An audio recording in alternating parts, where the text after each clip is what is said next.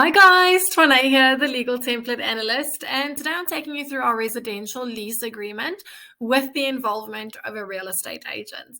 Let's dive right into it. So we start off by filling out the details of both the tenants and the landlord, as well as the property details and the details of the lease and rent.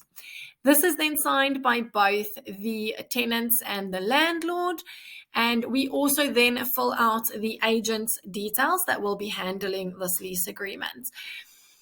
The agreement starts off then by looking at the terms and conditions of this lease, as well as definitions of language used in this lease.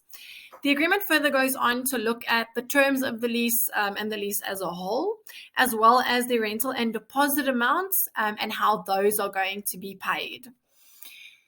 As the lease continues, it notes the defect list and who is responsible for that as well.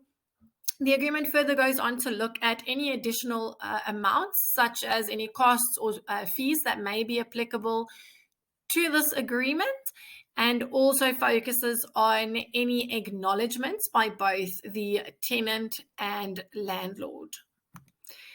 The agreement further looks at general things such as occupation, as well as defects and maintenance of the property, and goes on to look at the general use and enjoyment of the property during the term of lease.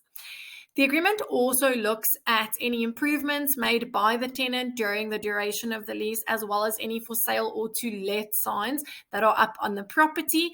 The agreement also explores breach of contract, so what constitutes as a breach of this agreement and the consequences of such a breach. We then have the POPI clause. Now, the POPI clause is for data protection purposes. That gives the landlord the right to obtain the data of the tenant and sets out how that will be used and protected. The agreement then goes on to look at just some general clauses within the residential lease agreement, as well as setting out the real estate agent's professional fee as agreed upon by the agent and landlord.